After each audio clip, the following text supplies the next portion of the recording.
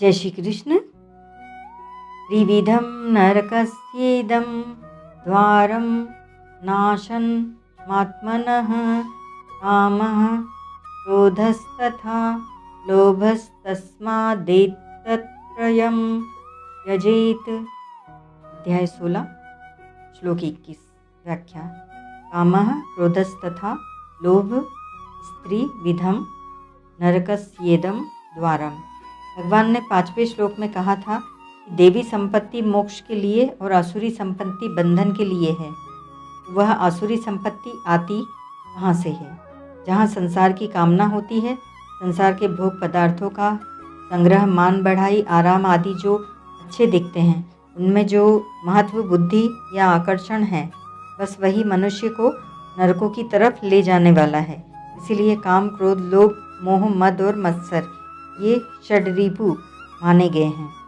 इनमें से कहीं पर इनका, कहीं पर दो का और कहीं पर एक का कथन किया जाता है, पर वे सब मिले जुले हैं, एक ही धातु के हैं।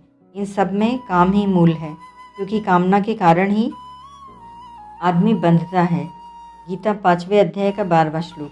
3रे अध्याय के 36वें श्लोक में अर्जुन ने पूछा था कि मनुष्य न चाहता हुआ भी पाप का आचरण क्यों करता है।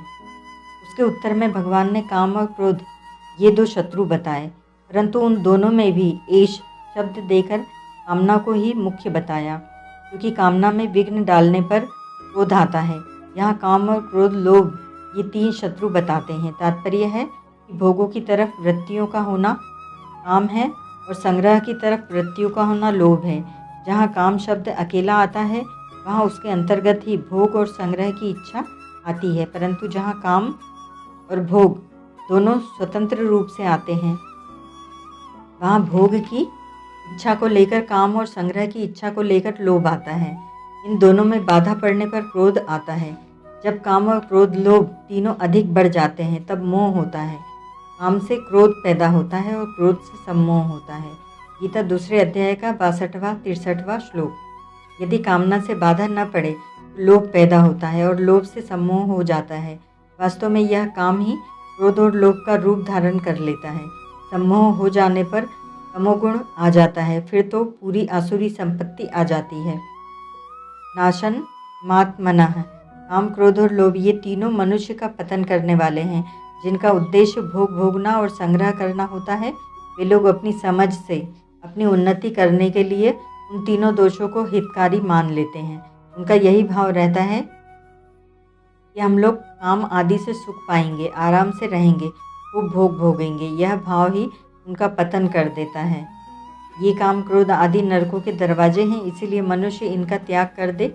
इनका त्याग कैसे करे? 3रे अध्याय के 34वें श्लोक में भगवान ने बताया है कि प्रत्येक इंद्रिय के विषय में अनुकूलता और प्रतिकूलता को लेकर राग, काम और द्वेष, क्रोध स्थित रहते हैं।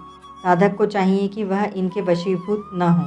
वशीभूत न होने का अर्थ है कि काम, क्रोध, लोभ को लेकर अर्थात उनके आश्रित होकर कोई कार्य न करें, क्योंकि इनके वशीभूत होकर शास्त्र, धर्म और लोक मर्यादा के विरुद्ध कार्य करने से मनुष्य का पतन हो जाता है। परिशिष्ट भाव। भोग भोगना काम है, संग्रह करना लोभ है। भोग और संग्रह में बाधा देने वाले पर क्रोध आता है। ये तीनों आसुरी संपत्ति के मूल हैं। सब पाप इन तीनों से ही होते हैं। व्यक्ति और पदार्थ तो यही छूट जाते हैं, पर भीतर का भाव आसुर मनुष्य को नरकों में ले जाता है। नरक से आए हुए लोगों में ये लक्षण रहा करते हैं: अत्यंत क्रोध, कटु वचन बोलना, दरिद्रता, स्वजनों से वैर, नीचों का संग और कुलहीन, नीच की सेवा। स्वर्ग से लौटकर मनुष्य लोक में आए हुए लोगों की देह में 4 लक्षण रहा करते हैं: दान करने में प्रवृत्ति, मधुर वाणी बोलना, देवताओं का पूजन और ब्राह्मणों को संतुष्ट करना। ओम तत्सत।